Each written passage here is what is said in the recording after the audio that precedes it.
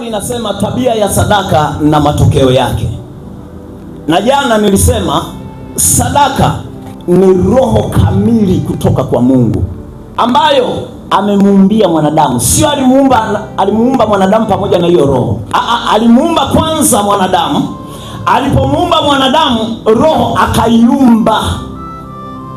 Na nilisema sababu ya kuiweka hiyo roho, alitaka mafanikio, yani ufanikishwaji.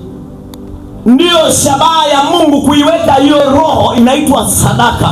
Kwamba sadaka ni roho kamili kutoka kwa Mungu na imewekwa na Mungu mwenyewe kwa shabaha kubwa ya ufanikishwaji wa mipango ya mwanadamu na mipango ya Mungu mwenyewe katika maisha ya mtu akiwa anaishi.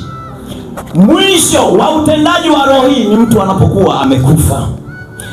Ukishakufa, roho hii ya sadaka ndio mwisho wa utendaji wake kwako. Haleluya, kanisa la Bwana. Lakini pia tuliendelea tukazungumza kwamba yako mambo ya kuzingatia mtoa sadaka. Jana nikasema kujiweka tayari, lakini nilisema pia kumjua Mungu unayemtolea hiyo sadaka. Sikuisema hii, naamini kesho ndio tutakuwa nayo. Ya tatu ambayo sasa tunaingia nayo inaitwa sadaka hufanya baraka, laana, mauti, uzima wa vitu au kitu pamoja na mtu. Matendo ya Mitume sura ya 5 mstari wa 1 hadi wa 11. Namba 4, sadaka isijadiliwe wala kuwekewa vipingamizi. Bwana Yesu asifiwe sana, watu wa Mungu. Amina. Sadaka mpaka inaitwa sadaka ni kwa sababu ya maamuzi. Unapoamua tu, pale ndipo sadaka inapokea jina la kuwa sadaka. Kabla hujaamua inakuwa kitu. Na hapa ndipo watu wengi walipokaa wanafikiri sadaka ni kitu. Na semina hii ikuhamishe kufikiri kwamba sadaka ni kitu. Shabaha ya semina ujifunze kujua kwamba sadaka ni roho kamili ambayo ina macho, ina masikio, ina uwezo wa kufanya, kwa sababu ni roho kamili. Na watu kwa kutokujua wameendelea kubaki na ufahamu kwamba sadaka ni kitu. Kwa hiyo kwa sababu ni kitu, wanahiari kufanya au kuto kufanya. Hii inaitwa pochi. Ni pochi kwa sababu ndiyo jina lake. Lakini huyu anapofikiria hii pochi kumpa mzee wa kanisa hapa, hii inapotoka kwenye wazo lake kwamba anaenda kupewa mzee wa kanisa, haitwi pochi. Ile roho ambayo Mungu aliiumba kwa ajili ya ufanikishwaji inabadilisha pochi, inajulikana kama sadaka. Amen. Yes. Sasa wapendwa, walio wengi wanabaki na ufahamu kwamba ile ni pochi. Kwa hiyo hatafanya kwa sababu anajua ni pochi. Na ukienda na ufahamu huo, unazuia ufanikishwaji wa hiyo roho inaitwa sadaka. Ukihama kufikiri kwamba ile ni pochi, basi wewe unashakuwa uko kwenye mfumo unaitwa sadaka. Bwana Yesu asifiwe. Kanisa, Bwana asifiwe. Hii ni nguo. Inaitwa nguo kwa sababu ndivyo ilivyo. Ninapoamua kumpelekea Gesho, lile tendo tu la kuamua, saa hiyo hiyo, dakika hiyo hiyo, kufumba na kufungua, inabadilika jina, inaitwa sadaka. Amina. Na hiyo sadaka, jamani, ina tabia yake na ina matokeo yake. Amina. Ukakosa kujua tabia yake, umekosa kuyapata matokeo yake. Ukienda hivyo, basi unapokea matokeo ya sadaka. Na jana nilisema Ibrahimu, Isaka wangetoa sadaka mapema, wangepata Isaka mapema. Walichelewa mpaka uzee, wakampata uzeeni kwa sababu walikuwa hawajatoa sadaka. Fungua Mwanzo 22. mstari wa 1 hadi wa 18. Ikawa baada ya mambo hayo, Mungu alimjaribu Ibrahimu, akamwambia pole.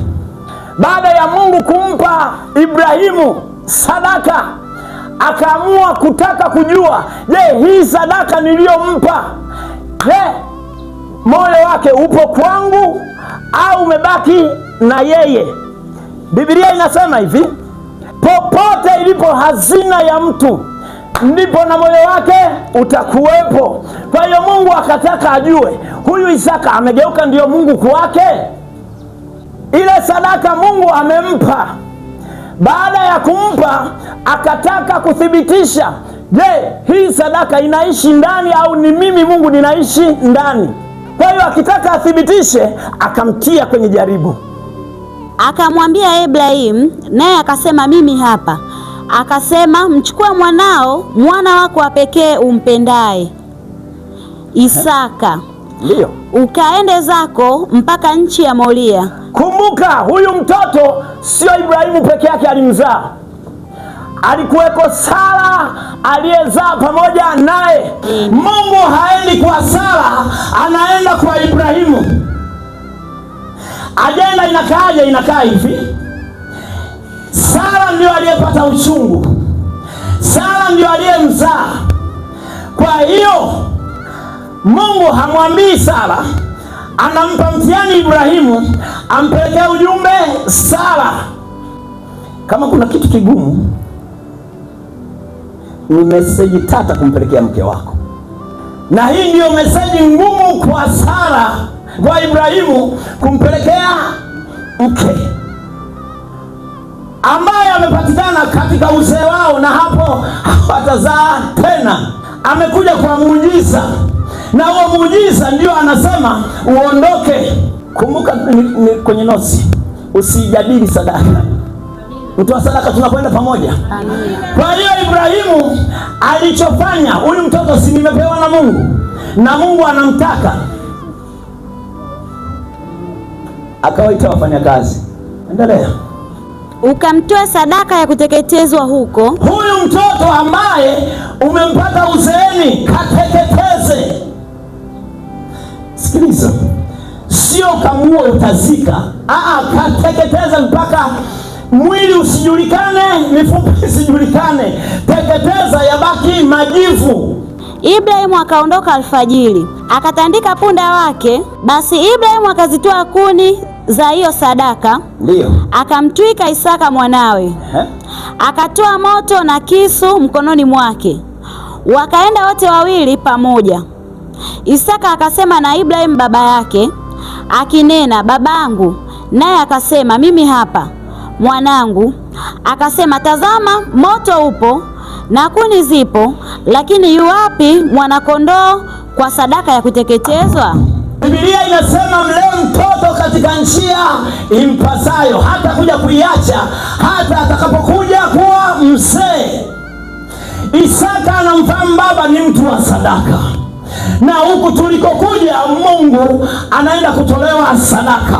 Kwa hiyo hatua zote anaziona, anajua hii ni sadaka. Kwa hiyo akaona kwamba hapa ni baba anatoa nini? Sadaka.